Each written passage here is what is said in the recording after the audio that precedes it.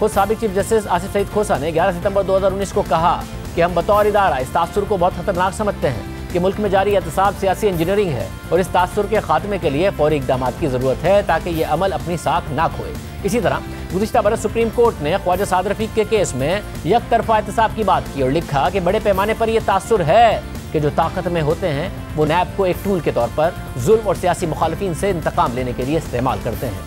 मुतवातिर तौर पर यह इल्ज़ाम लगा है कि नैब को वाज़ेह तौर पर सियासी इंजीनियरिंग के लिए इस्तेमाल किया गया। नैब का इम्तियाजी सलूक उसके अपने इमेज को मुतासिर कर रहा है और इदारे की साख और उसकी गैर जानिबदारी पर से लोगों का एतमाद मुतासिर हुआ है। सुप्रीम कोर्ट ने अपने फैसले में मजीद लिखा कि नैब कुछ जमातों के रहनुमाओं से मुताल्लिक कार्रवाई करते हुए हिचकिचाहट का मुजाहरा करता रहा, अलबत्ता बड़े पैमाने पर माली बेज़ाब्तियों के इल्जामात के बावजूद कार्रवाई में हिचकिचाहट का मुजाहरा करता रहा, जबकि कुछ जमातें जो दूसरी साइड पर हैं उन्हें गिरफ्तार किया जा रहा है, महीनों और सालों तक उन्हें कैद में रखा जाता है और उसके लिए कोई ठोस वजह भी नहीं बताई जाती है। इस हकीकत के बावजूद कि कानून तहकीकात को तेजी के साथ आगे बढ़ाने की बात करता है, ट्रायल को 30 दिन के अंदर मुकम्मल करने की बात करता है, मगर तहकीकात अक्सर महीनों और सालों तक ज़ेर इल्तवा रहती हैं।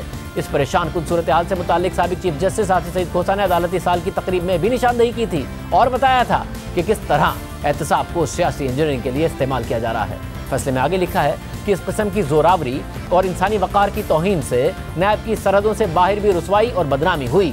यूरोपियन कमीशन ने नैब की एक तरफा कंडक्ट की निशानदेही की और हुकूमत पर जोर दिया कि वो इसे मजीद खुद मुख्तारी देकर इसे आज़ादाना तौर पर काम करने दे। इस कमीशन ने यह भी कहा था कि पाकिस्तान में आज़ादी तेज़ी से सुकड़ती जा रही है और इस तरह अपने खदशात का इज़हार किया था कि नैब का किरदार एक ऐसे टूल का है जिससे इख्तिलाफात को दबाया जा सके। सुप्रीम कोर्ट ने अपने फैसले में मजीद लिखा, अपने इख्तियारात और ताकत का इस्तेमाल करते हुए नैब को इन कानूनी उसूलों को नज़रअंदाज नहीं करना चाहिए जो ये बताती हैं कि किसी भी एग्जीक्यूटिव को मिलने वाली ताकत की कुछ हदूद हैं। किसी शख्स को गिरफ्तार करना संगीन मामला है। ताकत का मुख्तलिफ तरीक़े से इस्तेमाल करके गिरफ्तार करने के नुकसानदेह नताइज हैं, जिसकी वजह से इस इख्तियार को बहुत ख्याल से इस्तेमाल किया जाना चाहिए। किसी शख्स को गिरफ्तार करने के लिए ना सिर्फ ठोस शवाहिद होने चाहिए जो इस शख्स को जुर्म के साथ जोड़ते हों, बल्कि ये बात भी जाहिर करनी चाहिए कि गिरफ्तारी के अलावा और कोई चारा मौजूद नहीं था। गिरफ्तारी के इख्तियार को एक ऐसे टूल के तौर पर नहीं इस्तेमाल करना चाहिए कि जुल्म किया जाए और हिरासानी की जाए। आइन में सिर्फ एक बुनियादी हक है जो गैर मशरूत है और इसे किसी सूरत मजरू नहीं किया जा सकता और ना ही उसकी खिलाफ वर्जी हो सकती है।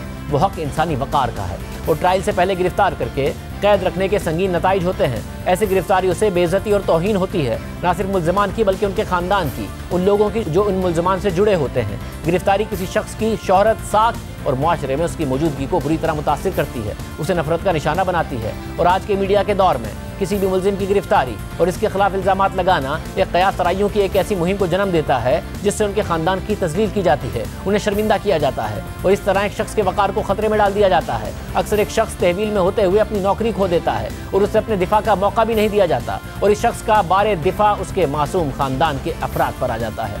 ज़्यादातर लोगों को जुर्म साबित होने से पहले की गिरफ्तारी और जुर्म साबित होने के बाद की गिरफ्तारी का फ़र्क ही नहीं पता होता। इसके अलावा इसी तरह सिंध हाई कोर्ट ने भी शाहिद खाकान अब्बासी को गैर कानूनी तकर्री केस में ज़मानत दी और अपने फैसले में लिखा कि अदालत ने यह महसूस किया कि शाहिद खाकान अब्बासी मौजूदा वफाकी हुकूमत पर खुल्लम खुल्ला तनकीद करते हैं। उनके खिलाफ एक रेफरेंस दायर किया गया जिसमें वो 7 माह कैद में रहे, फिर इस केस में उनकी ज़मानत हो गई और उसके बाद ये रेफरेंस दायर किया गया। हम नैब की बदनीयती को नज़रअंदाज नहीं कर सकते कि नैब ने दरख्वास्त गुजार पर सियासी दबाव बढ़ाया ताकि उनकी ज़बान बंद की जा सके। सिंध हाई कोर्ट ने अपने फैसले में मजीद लिखा था कि दिलचस्प बात यह है कि जब नैब के स्पेशल प्रोसिक्यूटर और तफ्तीशी अफसर से पूछा गया कि सिंध और वफाक में अक्सरियती जमात के खिलाफ कितने रेफरेंस फाइल हुए तो जवाब नहीं दिया गया, जबकि जमानत के फैसलों के हवाले से नैब का दावा है कि जमानत के फैसले मुकदमात का हतमी नतीजा नहीं होते। अदालतों ने एक तरफा एहतसाब और सियासी इंजीनियरिंग की बात की और फिर जब मुसलसल अदालतों से नैब के खिलाफ फैसले आने लगे तो खुद तहरीक इंसाफ के वफाकी वज़ीर शफकत महमूद ने कहा कि नैब ने एहतसाब के बयानिए को सबसे ज़्यादा नुकसान पहुँचाया।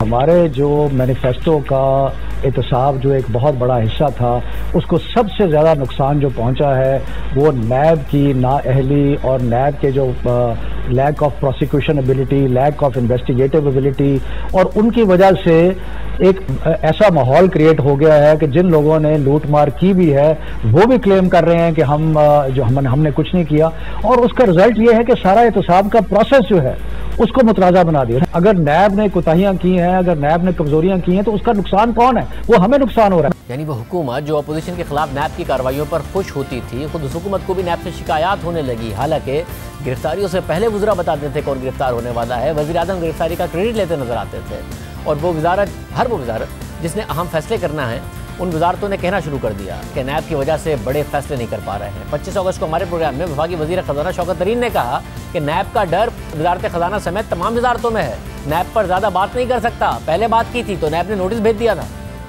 आप दो चीज़ों पर फोकस कर रहे हैं, मगर एक तो LNG महंगी होगी तो CNG महंगी हो जाएगी और बिजली में फ्यूल एडजस्टमेंट महंगा हो जाएगा, जो आप नहीं करना चाहते।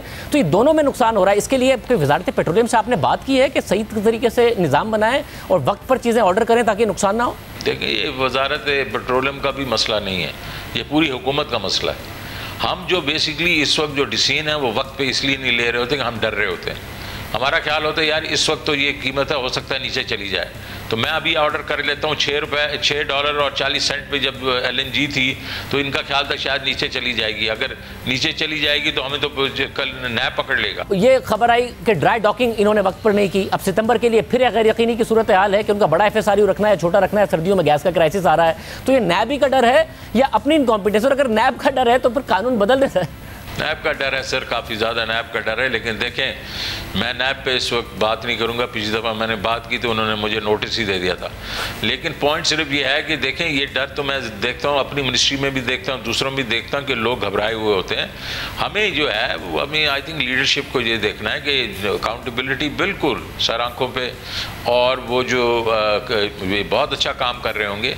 लेकिन अगर एक जो है वाइड स्प्रेड ये फियर है तो इसको एक I think the political leadership both sides should sit down and से कि ये अकाउंटेबिलिटी हम तो करेंगे, लेकिन इसका क्या ऐसा तरीका हो सकता है जिससे जो है कि ये नाजायज़ किस्म का डर है ये ख़त्म हो। जब मुल्क में गैस का बहरान आया और हुकूमत पर एतराज़ उठा कि LNG टर्मिनल की इजाफी कैपेसिटी इस्तेमाल नहीं की जा रही है, तो हुकूमत ने कहा कि नैब के केस की वजह से इजाफी कैपेसिटी इस्तेमाल नहीं कर पा रहे हैं।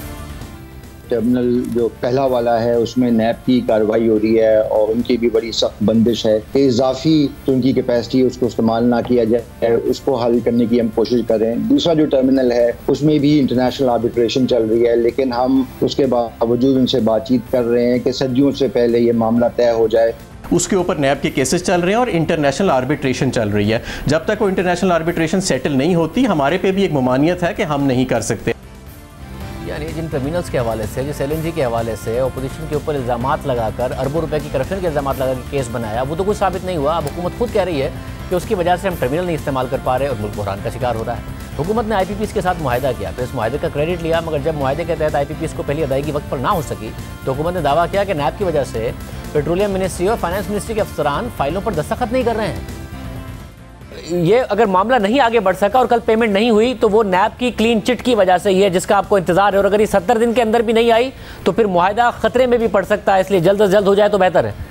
यकीन अगर 70 दिन के अंदर भी वो क्लीन चिट नहीं आई तो फिर ये मुआहिदा खतरे में पड़ सकता है। ये बहुत शफाफियत की बुनियाद पे ये नजरसानी की गई थी इन मुआहिदों की।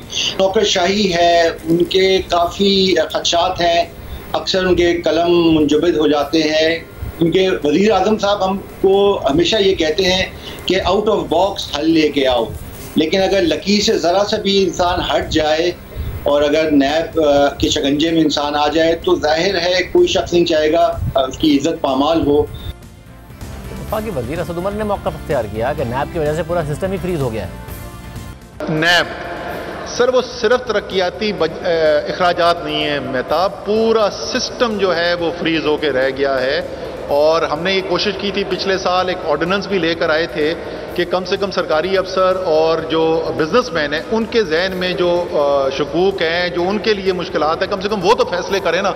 तो सरमायाकारी करने से लोग डर रहे हैं। मैं वज़ीर आज़म से पहले भी बोल चुका हूँ, हमें अब वो फौरी तौर पर कानून लेके आना चाहिए। हमारे पास नंबर्स मौजूद हैं, ये बड़ी ज़रूरी चीज़ हमें करनी चाहिए। इसके अलावा ML1 मनसूबा, जिसे हुकूमत ने रेलवे के निज़ाम के लिए सबसे अहम करार दिया है, इस मनसूबे के हवाले से हुकूमती कार्रवाई ताख़ीर का शिकार हुई। तो हमारे प्रोग्राम में शेख रशीद अहमद ने कहा कि नैब की वजह से ब्यूरोक्रेसी दस्तखत नहीं कर रही है। शेख साहब, जो बात हो रही है, लास्ट टाइम भी आपसे बात हुई तो आपने कहा था ML1 अब बहुत ज़्यादा ज़रूरी है, आप उस पर काम कर रहे हैं और आप चाहते हैं कि वो तेज़ी से बने। अब ये इतलात आ रही हैं कि सरकारी अफसरान परेशान हैं, ब्यूरोक्रेसी नैब की वजह से परेशान है, काम सुस्त हुआ है, इस अहम मनसूबे पर भी सुस्त हुआ है क्योंकि उनके खदशात हैं इस वक्त ब्यूरोक्रेसी के बहुत ज़्यादा।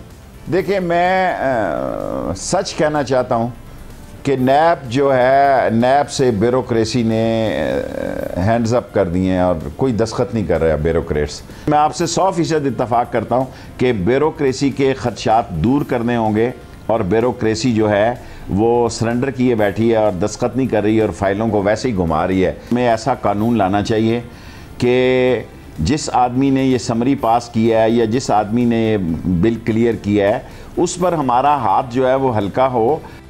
और अब सूरत हाल ये हो गई है कि वो नैब जो अपोजिशन के लिए मसला बनी हुई थी वो हुकूमत के लिए मसला बन गई है। गैस का बहरान आया तो कहा कि नैब की वजह से टर्मिनल का इजाफी इस्तेमाल नहीं कर सकते। IPPs की अदायगी नहीं की जा सकी तो कहा कि नैब की वजह से अदायगी नहीं हुई। तरक्याती मनसूबों पर काम सुस्त हुआ तो नैब पर डाल दिया। ML1 मनसूबे पर काम सुस्त हुआ तो कहा कि नैब की वजह से ब्यूरोक्रेसी ने काम करना छोड़ दिया है। वक्त पर LNG नहीं खरीदी, सैकड़ों अरब का नुकसान कर दिया तो भी नैब पर डाल दिया। और जब FSRU बड़ा रखना है या छोटा रखना है इसका फैसला नहीं कर पाए और डिले करते रहे तो कहा कि नैब से इजाज़त नहीं मिली, इसलिए नहीं कर पाए क्योंकि नैब की वजह से ब्यूरोक्रेसी और SSGC काम करने को तैयार नहीं है। तो नैब अपोजिशन के लिए नहीं, हुकूमत के लिए मसला बना हुआ है। मगर उसके बावजूद वो केसेस जो 3 साल साबित नहीं हुए और हुकूमत अपोजिशन पर तनकीद की बजाय नैब पर तनकीद करना शुरू हो गई थी, उन केसेस के हवाले से अब हुकूमत को दोबारा उम्मीद है कि अगले इलेक्शन से पहले वो साबित हो सकते हैं और अपोजिशन के बहुत सारे रहनुमा जेल जा सकते हैं। 2 साल के अंदर अंदर इलेक्शन से पहले नैब के सारे फैसले हो जाएंगे। इस मुल्क का खजाना बाहर ले जाने वाले हैं, वो मुमकिन है जेलों में हो 2 साल के अंदर अंदर और इलेक्शन की एक नई शक्ल हो। 2 सालों में इनके केसों का फैसला नहीं होता तो फिर एहतसाब जो है वो बेमायनी होकर रह जाएगा। अल्टीमेटली ये केसेस 2 साल में फैसला होंगे।